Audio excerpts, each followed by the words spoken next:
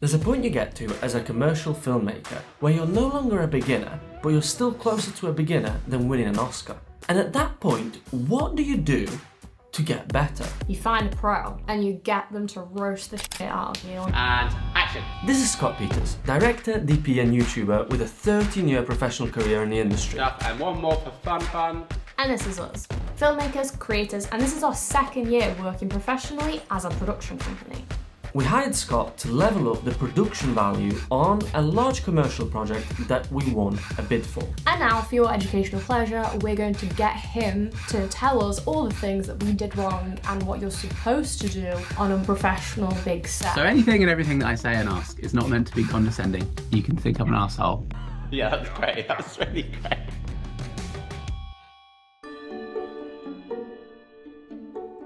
As a solo creator filmmaker, you are used to inhumane conditions. You will work yourself to the bone. You were planning on us doing like 6 in the morning till like 9 or 10 at night for 2 days. And I was very much like, no. In the UK, on a film set, the standard workday is a 10+1 structure.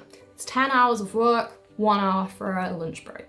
I believe this is laid out by the Advertisers Producers Association, The APA. the APA, which is a very respectable governing body. Anything you do over that is considered overtime and you usually get paid double, or you get paid more. You get paid bare though, because it's classed as inhumane working conditions. Straight away you said, but how are we going to get a shot in that time? Burn this next sentence into your brain. We can do what we can do within our constraints, but we're not going to kill ourselves because the client hasn't got enough money to pay for 4 days rather than 2.5 days. Pretty much immediately, Scott laid out his boundaries and we quickly realised how much we needed them.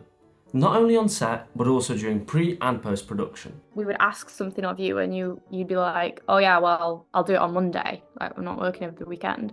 We were like, ooh, that's wild. Like, we can have weekends off. The rest is important. And the balance is important, and the remembering that it's just a fucking job, and like life outside of this is more important than what we're doing is important. As creators, solo filmmakers, you are likely not going to be working on set every day. You're going to be doing the on and off projects. So when it comes to actually filming days, you can rough it a little bit. We didn't know. We were just like, oh, should we order pizza? And he was like, don't do it. And we were like, why? Everyone loves pizza. And then he explained. People have had that thought for years, for centuries. Yeah. Because it's cheap and easy to share. They're working every day on set, so if they had pizza every day, they'd die, you know? Yeah, they just can't live like that. Basically, it's unhealthy. It's not conducive to good energy flow. I think as well, investing in the food on set can help the team feel well looked after and like they're cared for, so they'll want to do a better job. So many people that watch this will be like, privileged fucking wankers that like, we need to be treated like princesses. But like, when you actually fucking do it, like it's just not sustainable. So this again just generally falls into the category of taking care of yourself and your team. Number 4, find the biggest screen possible. As we know, size matters, and a big screen is going to be perfect for a production monitor. Place it somewhere so that everyone can see it. We use the CineView SE from Axoon to wirelessly transmit that to the image from the camera to the screen, and boom, voila, we had a live preview on I think it was like a 48-inch screen. It was massive, and everyone on set can see it. So everyone feels a little bit more like responsible for the image. So like, for example, the set designers can see if there's anything wrong, maybe go clean up some dust that's on Hair and makeup can keep an eye on the talent. You know, other team members can just keep an eye out for any mistakes, anything in the frame that doesn't look right. And also, it's a huge morale boost because when you get things right, when you so tasty. Dial in the lighting, when you dial in the take, everyone's going, ooh, yeah, let's fucking go. And the energy is building. And also, looks pro. So if you've got a client on set, they'll be buzzing as well. If you can't get a TV, you can use your phone or iPad. For example, we've got the CineView Nano, which lets you use like 4 devices. Yeah. So, you know, multiple people can have that on set, and it's great for smaller productions. But if you can get a TV, winner. do that. This was a big wake-up call for us. Early is on time. Like, if someone turns up on time, okay, but like a minute past, it's like, where are they? You're always crunched for time, and like you've already budgeted for X, Y, Z, and it's like if everyone did that, all of a sudden your 10-hour day or 11-hour day turns into a 12-hour day because oh, where's he with that thing, or where's that person with this thing? See you having a blast. Yeah, it's a good lap. I think it's going quite well, but I think still timing is always the issue. So yeah, but it's going well. As good as well as it can be going. So there's nothing more. You've got to be there on time. We've got to be there on time, and early is on time. On time is late. On time is late. On time is late. That's the one I was looking for. Another thing that comes with timing and when you have a tight schedule is knowing what comes next. When we were doing the second day with the extras, there'd be times where I'd be like, okay, we're gonna need this person in 10 minutes. So like I've said that, the producer should be getting that person from the makeup room. Then we get to that 10 minutes and I'm like, okay, cool.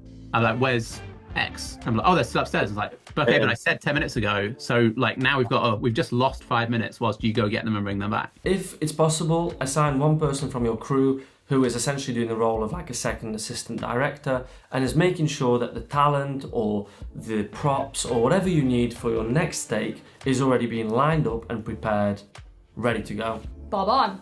Good one.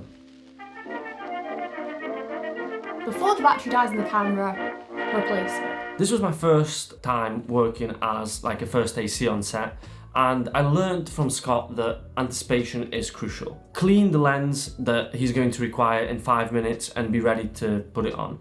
Replace the battery before it runs out and during maybe a pause or a break so that everything is running smoothly and essentially save you time. And if everyone has their responsibilities on set and can do that a little bit everywhere, it compiles. Lots of time gained there. So it's like not compiles, compounds. It's like compound interest. Of course, these things take experience to get right, and especially like when you've got people that you don't work with very often, you need to like learn how to gel together. But it is very satisfying on set when you know that you want something done and it's already been done. Yeah, it feels, again, it's a win for everyone. It feels like a well-oiled machine.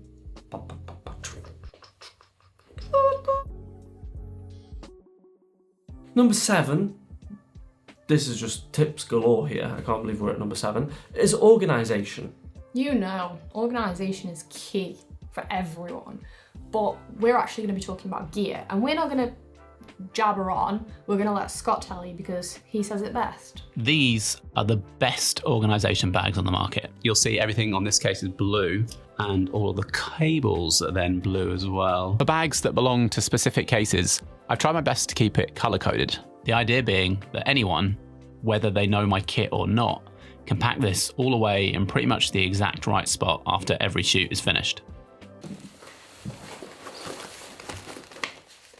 That costs a lot of money. Yes, that is why we can't get a house, and we're going to be making a video on that organisation, like how to set it all up. Can't wait. Pelicase and card bags next. Card bag? Cord bags. CRD. Cord. Future Scott, that last vacuum was called Q Revo Curve. Yes, you're doing a really great job, man. It's been a tough day, but you're doing good. Memory is a fickle mistress, and therefore you will forget about what one Hoover was and what the other Hoover was, given that they look exactly the same. This is the Q5 Max Plus. Help yourself out as an editor.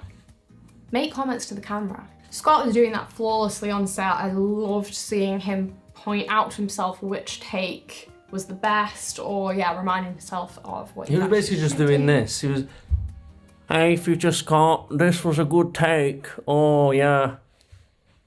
I don't know if he speaks like that. He doesn't speak like that, but I'm pretending to be someone else to make sure that people know that I'm not being myself. I'm pretending to be someone else. Right. Don't work with animals, children, or robot vacuums. Fucking nightmare.